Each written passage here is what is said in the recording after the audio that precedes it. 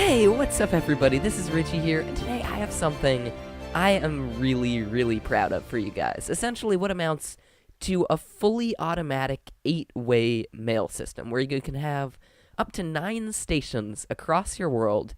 You can select which station you want in this little setup right here, and then you can put a shulker box down, fill it with items, and send a chest of items to that station. So you could have, like, places in the nether where they get sent to. You could have people's houses they get directly sent to.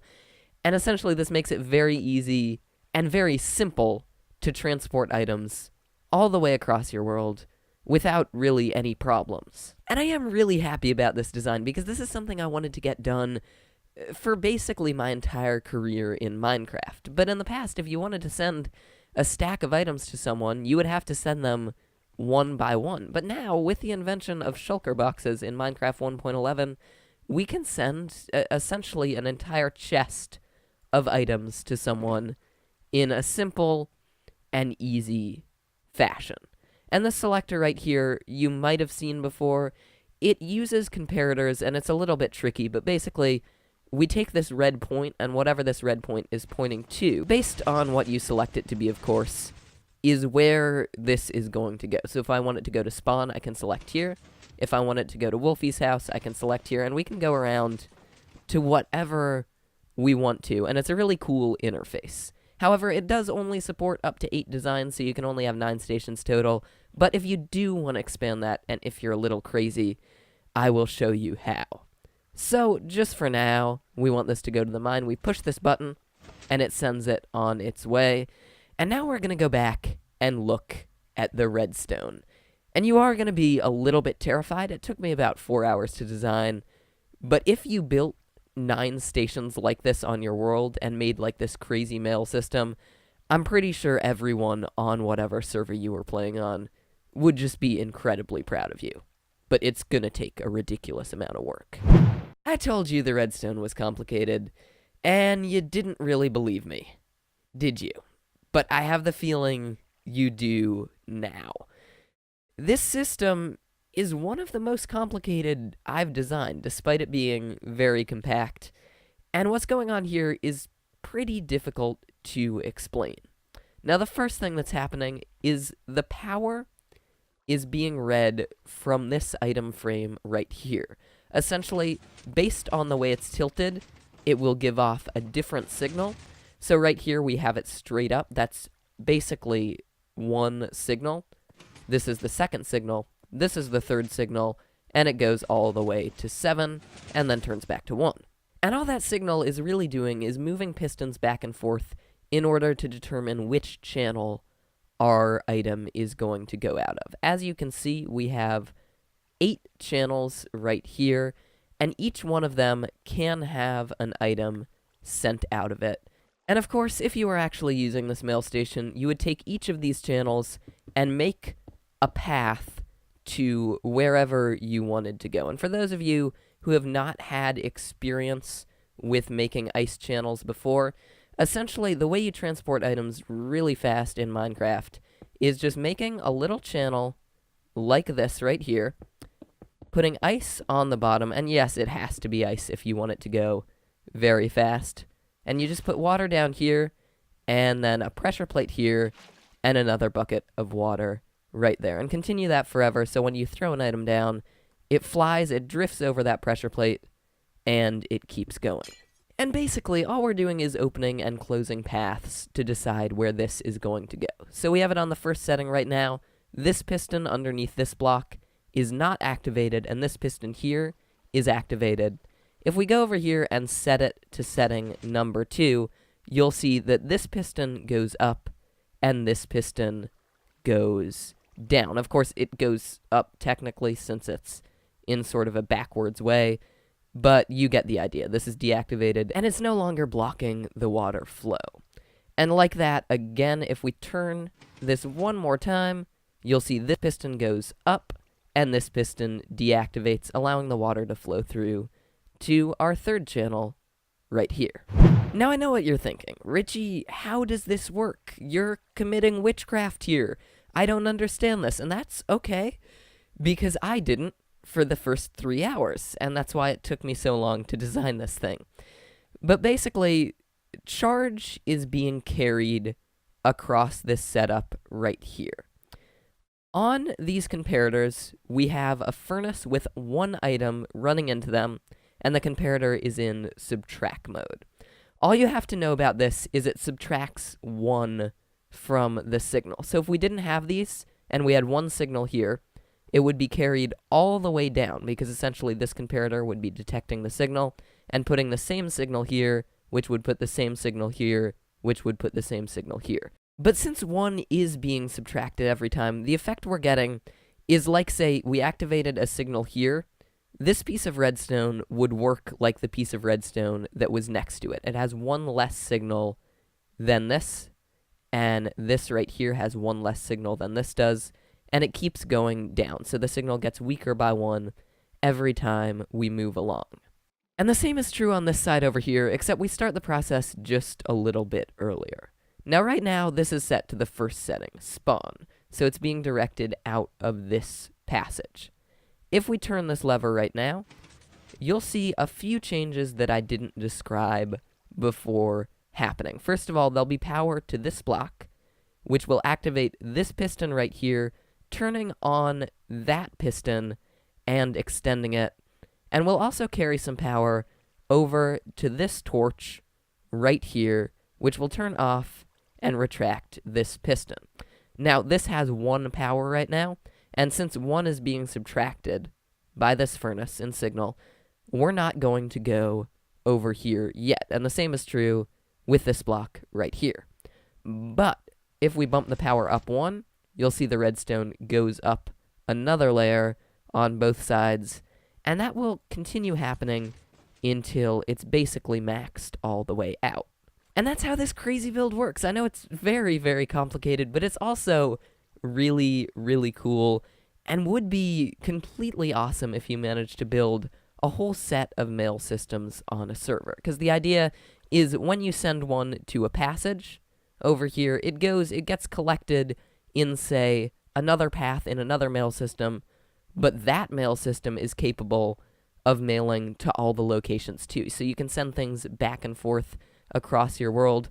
The one limitation is when chunks aren't loaded in, nothing's going to move. So if you want to send something 2,000 blocks away, and the chunks aren't loaded in there, eventually the items are going to stop until someone loads them in, which is why probably the best idea would be to build this in the Nether, and have like a bunch of different sectors near people's Nether portals, so whenever someone's in the Nether, and I know a lot of servers have a Nether hub, but some don't, you can send things to them and all around in an easier and closer way. And if you've decided you're just crazy enough to try this, to build this thing, you're going to need 15 sticky pistons, 8 regular pistons, 29 comparators, 13 furnaces, obviously 9 item frames, and a bunch of other less rare things. Of course, you're going to need tons of ice, preferably packed ice, because that's much nicer and it doesn't melt.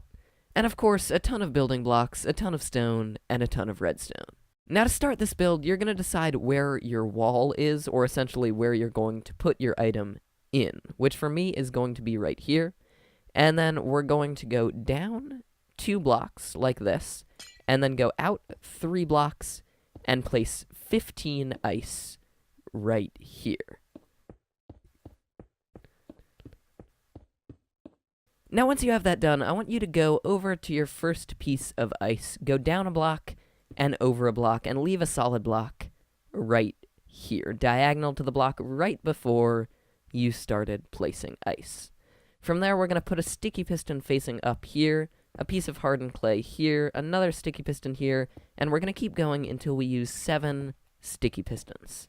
Now that you've got that done, I want you to come over to these solid blocks and go out 1 and down 1. So place a block diagonal to here, and another block on top of it, with 2 redstone, just like this. And I want you to do that for the entire line. So down 1, over 1, so it's diagonal, 2 blocks with redstone on each of them. And once you're done with that, your entire build should look like this. Now make sure you didn't accidentally put a piece right here. It won't do anything bad for you, but it's just a little waste of redstone. And once all of that is cleaned up, you're sure that's good, you're sure it's set, start placing blocks of ice on top of each of these pistons.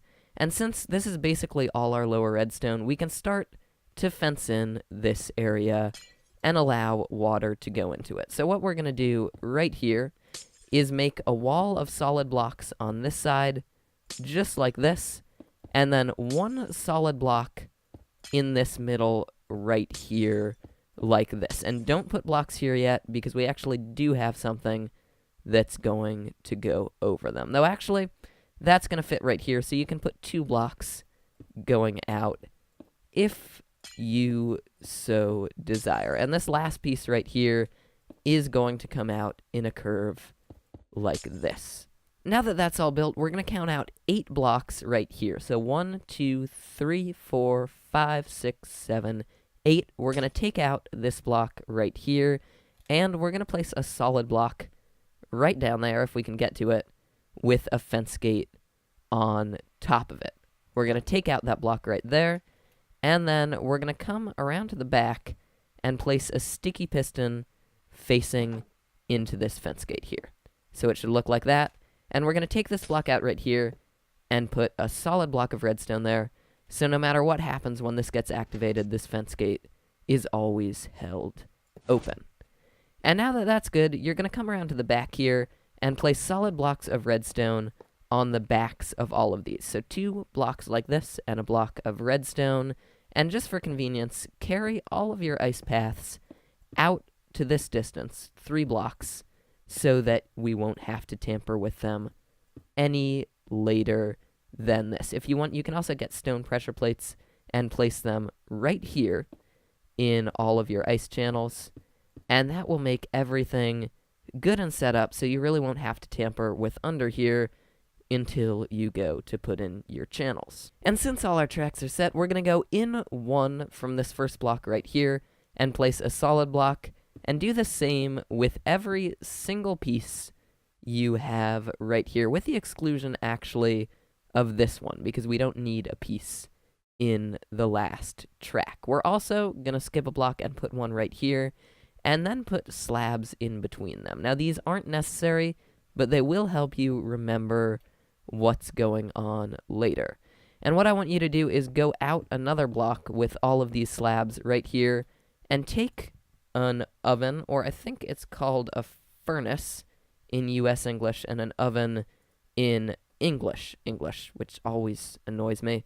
But we're going to put an oven right here for every single block. So a straight block like this, followed by 2 blocks and an oven, straight block, 2 blocks and an oven, and it keeps going on.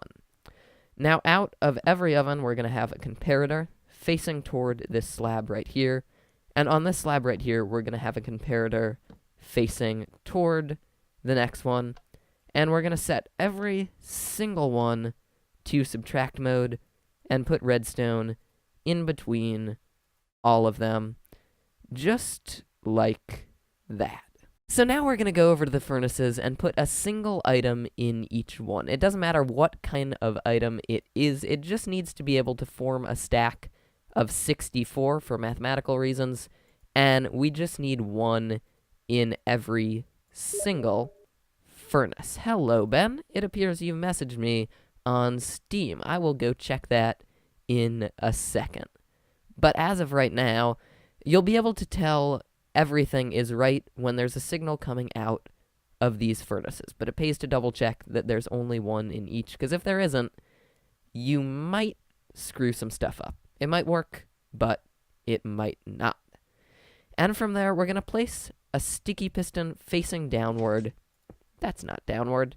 Facing downward onto each of these redstone blocks. As you can see, I'm kind of bad at placing these. You can do these a little bit earlier if you like, but you just need to have them facing into these blocks. So if they were activated, they would push the redstone block down, which, by the way, would activate these pistons. And you don't need a redstone block right here. I just placed it there by habit. Now once that's done, we're going to go back to our starting block and place 3 slabs right here, and then just grab another solid block and place it right here. And once again, we're going to continue the slab solid block pattern, but this time it's going to go just a little bit farther. We want to start with this block here, and then count to 7. So we already have 2, this is 3, this will be 4, this will be 5, and then 6, and then 7. And once again, we want to go out a block right here, just like this, and place some furnaces up here. Though actually, no, we'll place them here now. It might be in your better option to place them here later, if that was a correct grammatical phrase, because they might get in the way a bit. But we'll have furnaces here, just like this, with comparators going into these slabs, with other comparators running facing this way, and then we're also going to have a comparator right here and right here. Fill in the rest with redstone, just like this. Put every single comparator in subtract mode, like this. Actually, these two don't have to be, but it won't matter if they are or not. And once again, do not put an oven next to this comparator. That's very important, or everything will sort of be screwed up. So while you have 7 solid blocks starting from here, we have 1, 2, 3, 4, 5, 6 ovens.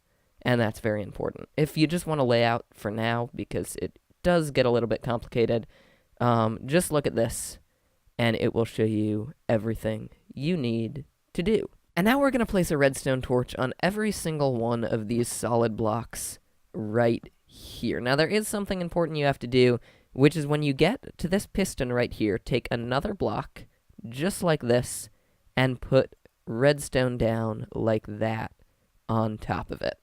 And from there, we have to put a single item, just like we did last time, in every single one of these furnaces. And you'll know that they're all complete when all the comparators coming out of them are lit up. And now, believe it or not, you're pretty close to being done. Take some regular pistons, and they have to be regular pistons, not sticky, or stuff will be screwed up. Run down here and start placing them facing downward. Now, this might be a little bit tricky, or a lot tricky, depending.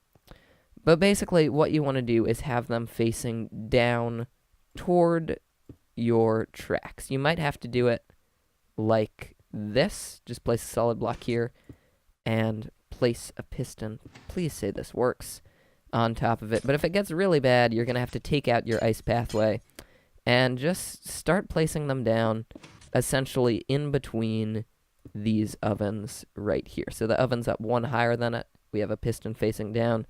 And because I can't really seem to place them, I'm just going to take out those blocks right there for now and place them under it. And of course, please do get a silk pick for this project, a silk touch pick. If you don't have one, I don't see how you were picking up this ice to begin with. So you probably will already. But if you don't, you're going to be losing a lot of materials, most likely, unless you're really, really careful and everything works out for you without you having to break anything. And believe it or not, guys, that is almost all of your redstone done. You want to do a few more things, namely take out these 3 blocks you placed before and place ice on top of them. Put a stone pressure plate right here in front of the first curve, and then build a wall right alongside here, just like this, and place a water bucket right there. You can then go to where this little piston is right here, go 1 block after it, and place another water bucket right there, and then come down a block right here. Do not place water there. That was a complete accident, and I'm lucky I didn't break anything. And then we're going to grab a comparator, put it right here, go out another block on this side, place a comparator right here, put this in subtract mode, and then put a furnace right there with a single item inside of it. And if you place a block here and make a little wall like this, this will actually be where your item selector is, essentially where you choose where things are going to go. And to set up that selector, by the way, basically you're just going to place item frames all around here like this. You can place signs on the outside if you want, and then put a redstone torch right here. And if that is all right, then you should see, first of all, this turn on. If it doesn't turn on, you might have to update it by taking it out of subtract mode and then putting it back in. And, of course, make sure that this block right here is the block that this comparator is facing out of, or, of course, it won't work. And from there, we can have named items in here. We can have signs in there pointing toward our destination. And basically, destination 1 will be the path leading out of here. Destination 2 will be the path leading out of there. 3 will be the third path, and on, and on, and on. And of course, these don't magically teleport or anything. You're going to need to take these paths, find a way to split them up, and essentially run lines out of here that go to whichever destinations you've chosen them to go. And you slowly have to split them up and spread them out. You might have a little curviness going on as you're trying to get them all to go in the right directions, but it should work out. And just use the method I showed you before with water and ice to keep transporting these things, and you should be absolutely fine. And the last thing we're going to do is go right here and place a stair here, and then another stair facing downward like this. Case this in with whatever kind of blocks we like, and of course case in the back, except for this empty block right here. And then place a bucket of water right here. Make sure it can't flow out, that it's just going into that pressure plate. And then we're going to put a piston down here, facing downward if we can manage it. We already know me and downward-facing pistons don't quite get along. But if I can type, we'll grab a button, place it right here, and now when we grab a shulker box, if I can even pick one, oh, I already had one in my inventory, we can place it down, throw everything we want into it, select where we want it to go, press this button, and it gets sent off on its way. Of course, you can decorate this however you want. I have like a little box for shulker boxes, and then a setup for an input, which could later be used, like say, we run a line out of here that goes into here. For one of our destinations, we have a hopper collection system, so all the items get picked up here.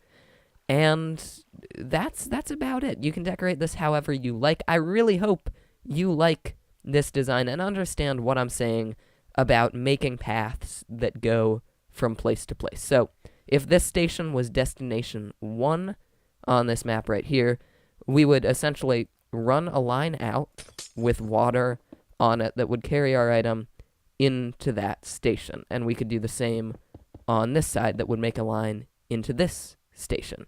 And we would label it according to which line it was.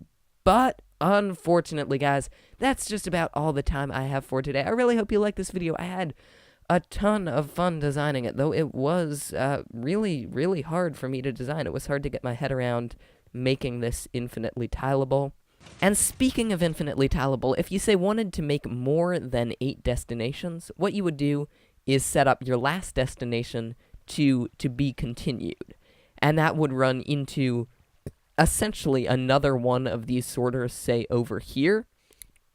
So you would just have another row where you could select more items, and the last option on this one would send this out of the last gate and into the next setup, if that made any sense. But you would have to be pretty crazy to build one of these, nonetheless, a ton of them. I mean, I know they're very, very fun, but keep in mind that this is an advanced project, and it is going to take a significant amount of time to build in survival, though it's really not the biggest thing, and I'm pretty proud of how compact I've made it.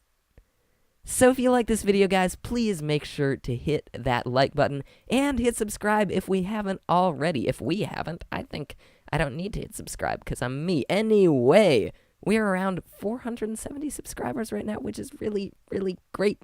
Thank you guys so much. Have a great day. And until the next time, this has been Richie, and I'm out. I'll see ya.